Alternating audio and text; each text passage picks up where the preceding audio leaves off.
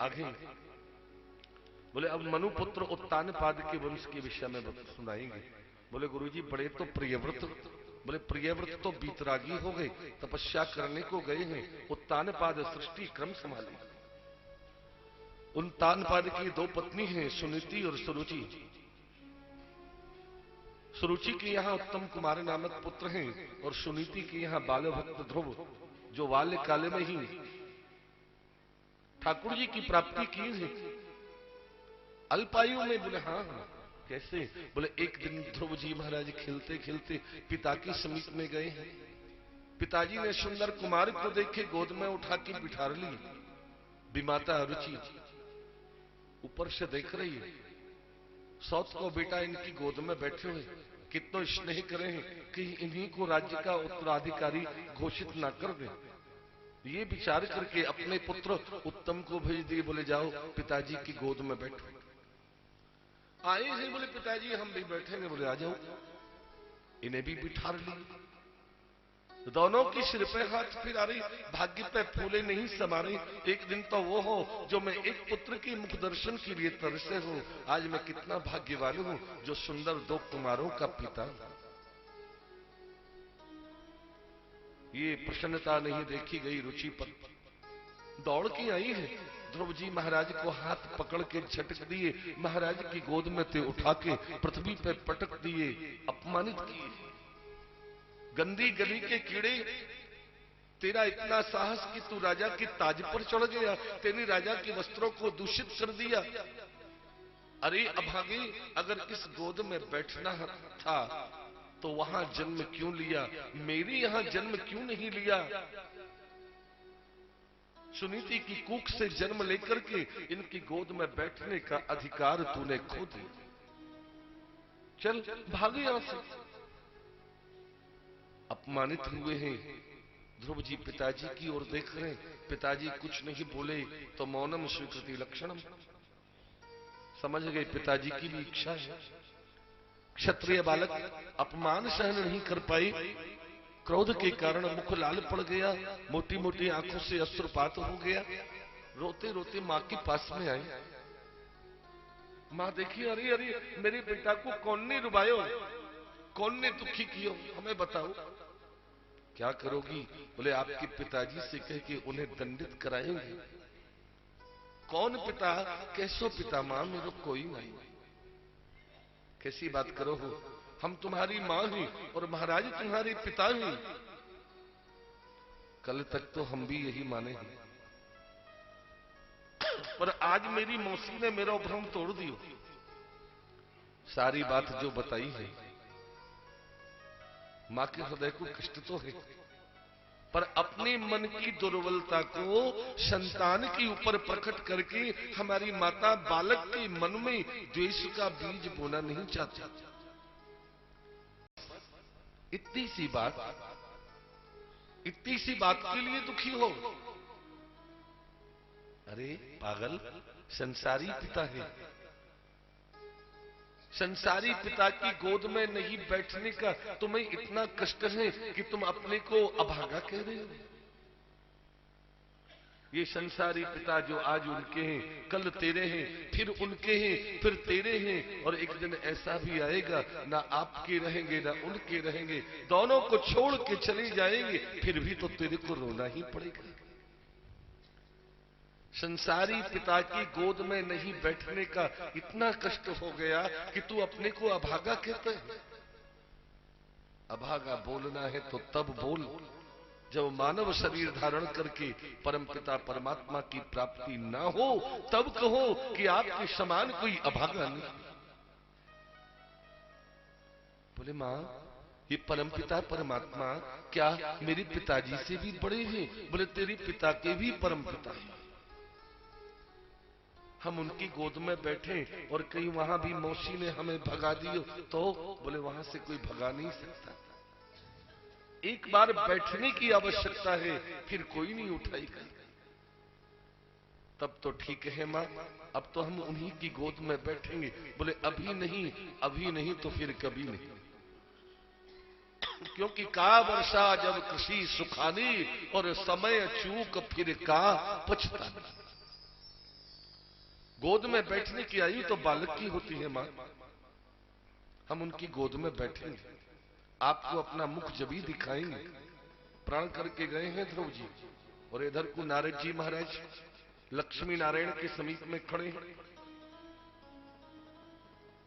लक्ष्मी जी नारद से विनोद किए, बोले देवऋषि आप केवल उत्पात ही करनो जानो हो, उत्पात करानो जानो हो, कभी कोई भलो काम भी करो हो। बोले भला काम किसको कहती हो, आज तक आपने कोई भगवान का भक्त भी बनाया, समय आएगा वो भी कर देंगे। हमें नहीं लगता, हम तो एक बात जानते हैं, जो आयो जा काम को तापे और न होई। तेरो काम तो उत्पात करनो है, उत्पात करानो है, आप तो बस वही कराओगे। नारद जी बोले हमें भड़काओ मत, भक्त भी बनाएंगे तो ऐसा बनाएंगे जो आज तक नहीं बना।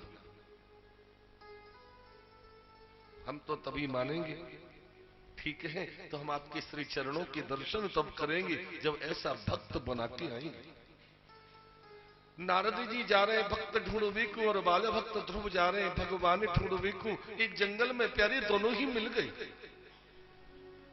नारद जी महाराज देखिए कहू को सुंदर सुकोमल सुकुमार बालक वन में भटके हैं, मोटे मोटे नेत्रों से अश्रुपात हो रहा है, पामों में कंकड़ पत्थर कांटे चुभे रक्तपात हो रहा है। बालक गिरता है, फिर उठता है, फिर गिरता है। बहुत देर हो गई। नारद जी देखी कि बालक भटक गए, दौड़ के गए, और अब की ध्रुव जी जो गिरनो गिरे, नारद जी रोक लिए, रुको बेटा संभलो, कहां जा रहे हो? बोले हमें मत रोको, हमें जाने दो। बेटा आगे जंगल है, बड़े बड़े हिंसक जीव, तेरे को कोई मारे डालेगा, खा जाएगा। बोले मर जाने दो, खा जाने दो, मर जाना है, पर जब तक परमपिता परमात्मा की प्राप्ति नहीं करेंगे लौट के घर नहीं जाना। परमपिता परमात्मा की प्राप्ति इतनी बड़ी घोषणा। नारद जी पूछे जानते हो परमपिता परमात्मा कहां मिलेंगे? बोले कहीं भी मिलेंगे, हम तो उन्हें ढूंढेंगे। ऐसे तो आप भटकते रहो, जन्म जन्म तक भटकते रहो, वो नहीं मिलेगा। उन्हें यदि प्राप्त करना है तो इसके लिए तेरे को उद्यम करना पड़ेगा, प्रयत्न करना पड़ेगा। क्या? बोले सबसे पहले गुरु शरण में जाओ। गुरु ये कौन होता है? बोले गु अंधकार रूप प्रकाश, जो हमारे हृदय से अज्ञान रूपी अंधकार को हटा के ज्ञान की प्रकाश का दीपक हमारे मन मंदिर में प्रज्वलित करे, अंधकार से प्रकाश की ओर ले जाए, वो हमारे गुरु। तो किसे गुरु बनाए? बोले जिनके सामने आपका सिर श्रद्धा से झुक जाए, जिनके वाक्यों में आपका विश्वास जम जाए, बस वही तेरे गुरु है। पर एक बात ध्यान रखो, गुरु भक्ति अंध भक्ति होती है बेटा। एक बार गुरु शरण में पहुंच जाओ, दीक्षा ले लो, तो फिर वहां किंतु परंतु नहीं, फिर तो गुरोराज्ञा वरीयसी। गुरुदेव जो आदेश कर दिए, आंख बंद करके कर डालो। मात पिता और गुरु की बानी बिना ही विचार करिए शुभ जाने। माता पिता और गुरु तीन के आदेश को भगवत आदेश समझ के कर डालना, नुकसान नहीं होगा। विश्वास रखो, ठाकुर जी स्वयं नहीं आते, इन्हीं तीन के स्वरूप में परमात्मा हमें दर्शन देते हैं, हमारा पथ प्रदर्शन करते हैं। सबसे पहले मां के रूप में आते हैं पिता, फिर अंत में गुरु। गुरु की वाणी पर विराजमान होकर के नारायण जीव का पथ प्रदर्शन करते हैं। तो वहां किंतु परंतु नहीं। गुरु जी ये नहीं होगा, वो नहीं होगा, कैसे होगा, क्या होगा, कुछ नहीं। कह दिया तो हो गया। वो गुरु भक्ति है। और ऐसे गुरु भक्तों को तो प्यारे ठाकुर जी कृपा करते। बोले तब तो आप ही मेरे गुरु बन जाओ। नारद जी बोले मेरे ऊपर दया कर, हम गुरु नहीं बनते। हम नहीं बनते क्यों? क्योंकि भैया कहते हैं ना लोग, पानी पियो छान के और गुरु कियो जान के। गुरु की गहराई को जान जाओगे फिर तो आप ही गुरु बन जाओगे। गुरु कियो जान के नहीं, चेला कियो जान के। भजन करेगा कि नहीं करेगा, सत्कर्म करेगा कि नहीं करेगा, ये समझ लो पहले। कहीं ऐसा ना हो एक बार तो दक्षिणा चढ़ा गया और उसके बाद में उसने जो किया तो आप तो गए और गुरु जी को भी ले गए साथ में। शिष्य अगर पुण्य करता है तो पूरा उनको मिलता है, और अगर पाप करता है ना तो 50%, 50% गुरु जी के अकाउंट में जाता है। समझ लो, बोलो वृंदावन। विद्यार्थी अगर उत्पात करता है तो आचार्य से शिकायत होती है कि क्या पढ़ाते हो इनको, कैसे रहते हैं, क्या करते हैं। और शिष्य अगर उत्पात करता है तो गुरुजी को पकड़ लिया जाता है। बोले तू गुरु तो बन गया, यही सिखाया तूने, यही पढ़ाया इसको, क्या किया इसने? तो गुरुजी को पहले पकड़ा जाता है। या लिए भैया गुरु बनना सहज नहीं है। आजकल तो खैर गुरुजिन की बाहर आई हुई है। गली गली में गुरु फिरत हैं, हमसे दीक्षा लो, पाप करो चाहे पुण्य करो, हमें दक्षिणा दो। बोलो वृंदावन बिहारी। पर ऐसा नहीं होता। एक क्षण के लिए तो बढ़िया लगेगी, खूब सारी भीड़ हमारे आगे पीछे, पर जब वहां पहुंचेंगे ना तो एक एक का हिसाब भी ठाकुर जी ले लेता है। इसलिए हम दीक्षा नहीं देंगे, कहीं और जाओ। जो सुनी ध्रुव जी महाराज ने दौड़ के नारद जी के चरण पकड़ लिए।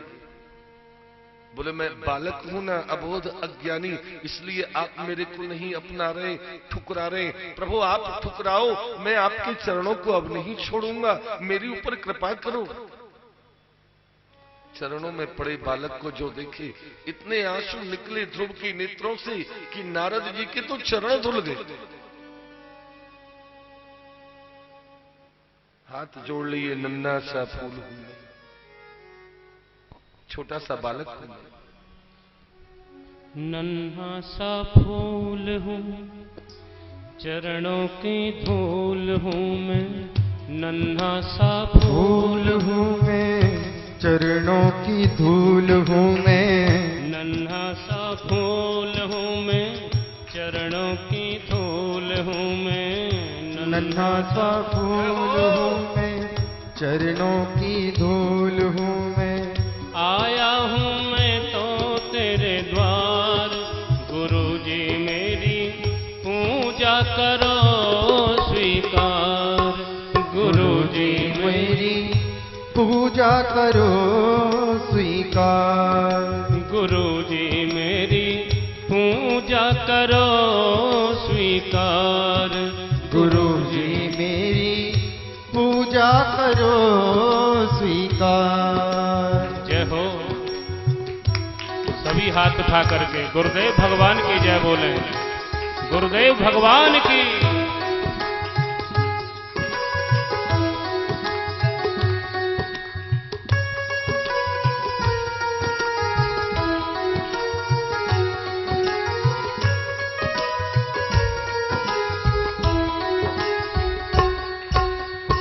सुन लो हमारी अर्जी, मुझको कुछ ज्ञान दो।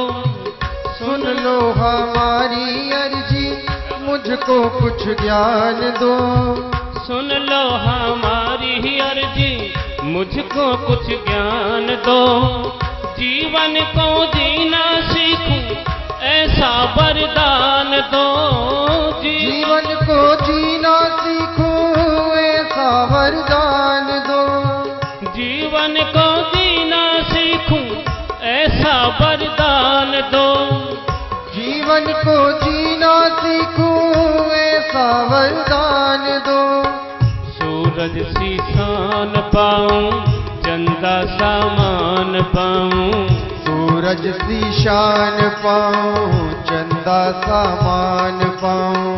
सूरज सी शान पाऊं, चंदा सामान पाऊं, सूरज सी शान पाऊं, चंदा सामान पाऊं।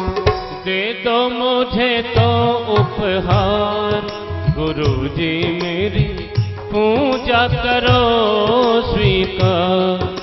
गुरुजी मेरी पूजा करो स्वीकार। गुरुजी मेरी पूजा करो स्वीकार। गुरुजी मेरी पूजा करो स्वीकार। जय हो।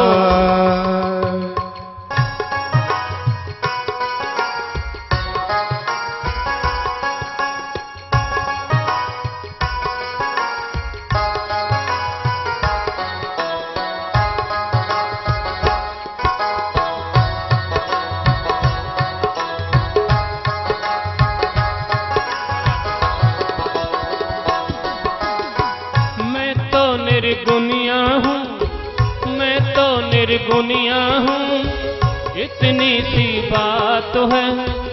मैं तो निर्गुनिया हूँ, बस इतनी बात है। मेरे जीवन की डोरी तेरे ही हाथ है। मेरे जीवन की डोरी तेरे ही हाथ है। हाँ, मेरे जीवन की डोरी तेरे ही हाथ है। मेरे जीवन की डोरी तेरे ही हाथ है। थोड़ा सा गुण मिल जाए, निर्धन को धन मिल जाए। थोड़ा सा गुण मिल जाए, निर्धन को धन मिल जाए। थोड़ा सा गुण मिल जाए, निर्धन को धन मिल जाए। ओ थोड़ा सा गुण मिल जाए, निर्धन को धन मिल जाए। मानो मैं तेरा उपकार, गुरुजी मेरी पूजा करो स्वीकार। गुरुजी मेरी पूजा करो स्वीकार। गुरुजी मेरी पूजा करो स्वीकार। ओ गुरुजी मेरी पूजा करो स्वीकार। गुरुजी मेरी पूजा करो स्वीकार। गुरुजी मेरी पूजा करो स्वीकार। गुरुजी मेरी पूजा करो स्वीकार। गुरुजी मेरी पूजा करो स्वीकार। गुरुजी मेरी पूजा करो स्वीकार। गुरुजी मेरी पूजा करो स्वीकार। गुरुजी मेरी पूजा करो स्वीकार। पूजा करो स्वीकार। गुरुजी मेरी पूजा करो स्वीकार। जो निवेदन किए नारद जी प्रसन्न हो गए, गोद में उठाए, चिंता मत कर, मैं ब्रह्मपुत्र नारद, मैं ब्रह्मपुत्र नारद उत्तानपाद पुत्र ध्रुव को अपना शिष्य स्वीकार करता हूं। दीक्षा दिए है, शिक्षा दिए, मंत्र दिए, द्वादशाक्षर मंत्र। ओम नमो भगवते वासुदेवाय, सिद्ध मंत्र है, श्रीमद् भागवत का मंत्र। स्थान बताए हैं, बोले सीधे चले जाओ मधुबन, यमुना किनारे पर जाकर के साधना करें। ध्रुव जी की साधना स्थली आज भी है हमारे मथुरा में, ध्रुव टीला नाम से प्रसिद्ध, जहां ध्रुव जी महाराज साधना की। तो मथुरा, मधुपुरी आज नहीं है, सतयुग से चली आ रही है। जब से सृष्टि प्रारंभ है तब से मथुरा है, मधुवन है, मधुपुरी है, समझ लो। बोलो वृंदावन बिहारी। ध्रुव जी साधना करेंगे यहां आकर के, 3 दिन में 1 दिन फलिहार करेंगे, 1 दिन जल पी के रहा, 1 दिन पत्राहार करें, फिर 7 दिन में 1 दिन फलिहार, 3 दिन पत्राहार, 1 दिन जल पी के, 2 दिन पवन पान करके धीरे धीरे साधना को इतना बढ़ाए कि 6ठे महीना में दाएं पांव की अंगूठा के ऊपर अपने पूरे शरीर को संतुलित करके प्राणायाम कर समाधि में चले। जो ध्रुव प्राणायाम की 3 लोकों की वायु अवरुद्ध हो गई, देवताओं की सांस रुक गई, सबकी सब ब्रह्मा जी के पास में पहुंचे, रक्षा करो रक्षा करो। नारायण के पास में पहुंचे, प्रभु रक्षा करो। क्यों? बोले एक छोटा सा बालक आपकी इतनी कठोर साधना कर रहा है कि प्राणायाम करके 3 लोकों की वायु को अवरुद्ध कर दिया, हमारी सांस घुट रही है। भगवान लक्ष्मी की ओर देखे, जानती हो कौन है ये? कौन है? बोले नारद के शिष्य हैं। गुरुजी सिफारिश लेके ना आए कि मेरे शिष्य को दर्शन दो, देवता कह रहे हैं कि उन्हें दर्शन दो। चलो, लक्ष्मी नारायण पधारे हैं तो देख रहे हैं कि शिष्य साधना करे हैं और गुरु साधना करा रहा है। जैसे ही ध्रुव जी समाधि में गए कि यहां नारद जी आ गए, अब मेरे शिष्य की साधना में बाधा नहीं आनी चाहिए। भगवान नारद की ओर देख के मुस्कुराई, ध्रुव को कहे बालक आंख खोल देख हम आई। ध्रुव जी सुने ही न, कई बार बोले नहीं सुने। क्यों? बाहर वाले की तो पतो ही ना है, वो तो अंदर वाले से आनंद ले रहे। मनमोहन की मोहनी माधुरी मूरत जो मन मंदिर में विद्यमान है, वो तो यहां आनंद है। भगवान ने जब समझ गए तो अपनो स्त्री विग्रह इनके अंतर मन से आकर्षित किए, तो ध्रुव जी छटपटाई के नेत्र खोल दिए और देख रहे हैं अंदर वाली बाहर खड़ी मुस्कुरा रहे। इधर देखिए पूज्य गुरुदेव खड़े, विचार किए, गुरु गोविंद दोनों खड़े, मैं काके लागो पाई, बलिहारी गुरु आपकी जिनने गोविंद दियो है मिला। दौड़ के गुरुदेव के चरणों में जो लेटे, नारद जी उठाए, अरे बेटा क्या कर रहे हो? सामने प्रभु खड़े हैं, प्रभु को प्रणाम करो। प्रभु को प्रणाम किए हैं तो कंठ अवरुद्ध है, वाणी शब्द नहीं निकल रहे। सोच रहे हैं कि मैं क्या कहूं। वेद जिनके गुणों का गायन करते करते नेति नेति कह दिए, उनके लिए मैं किस शब्द का संबोधन दूं? कहीं छोटी मोटी उपाधि निकल गई, प्रभु रुष्ट हो गए तो क्या होगा? भगवान अपना शंख इनके कंठ से स्पर्श कराए, मुंह से शब्द निकल पड़े, योन्तः प्रविश्य मनवाज माम प्रसुप्ता। प्रभु आपकी जय, मेरे ऊपर कृपा की, आपकी बड़ी कृपा है। भगवान बोले, ध्रुव तेरी तपस्या पूर्ण हो गई, तेरी तपस्या से प्रसन्न होकर हमने तेरे नाम से एक लोक का निर्माण किया। कुछ दिन पृथ्वी पर शासन करके अपने लोक की प्राप्ति करोगे इसी शरीर से, और कुछ चाहिए तो मांग लो। ध्रुव जी बोले, जो नहीं चाहिए वो तो बिना मांगे मिल गया, और जो चाहिए उसका पता ही नहीं है। पूछ तो रहे क्या चाहिए? बोले, प्रभु मेरे को आप अपनी गोद में बिठा दो, और कुछ नहीं चाहिए। ठाकुर बोले, बावरे गोद में तो वो बैठे हैं जो मेरा एक नाम ले है, जो एक नाम ले है ना, मैं वाको गोद में बिठा लूं। तेने तो मेरी इतनी नाम लिए हैं, तो को गोद में नहीं, तेरो स्थान तो मेरे हृदय में है। ध्रुव, भक्त को स्थान तो भगवान के हृदय में बने। गोद में बिठा ले हैं। नारद जी उत्तानपाद को बताए, उत्तानपाद परिवार के सहित आई, ध्रुव को सम्मान के सहित लेके गए। ध्रुव राजा हैं, उत्तम कुमारी युवराज पद पर आसीन होते। यक्षों से विवाद के कारण उत्तम कुमार को मरना पड़ा। यक्षों ने उत्तम को मार दिया। पुत्र की मृत्यु को सुनकर के मां ने भी प्राण छोड़ दिए। ध्रुव जी यक्षों से युद्ध करते हैं, मनु इनकी शांत किए ही, क्रोध को शांत किया। कई हजार वर्ष पृथ्वी पर शासन कर ध्रुव जी अपने पुत्र को राज्य दिए, बद्र का आश्रम पधारे हैं, जहां विमान आयो। विराज रहे कि मृत्यु लोक के अधिपति मृत्युदेव आते हैं, हाथ जोड़ के निवेदन किए, बोले आज तक मेरे यहाँ से कोई ऐसे नहीं गया जैसे आप जा रहे हो, लेकिन मेरा स्पर्श तो करते जाओ। ध्रुव जी सिर झुका करके मृत्युदेव का सम्मान किए और विमान में विराजमान होके अपने लोक ध्रुव लोक की प्राप्ति करते हैं। वृंदावन बिहारी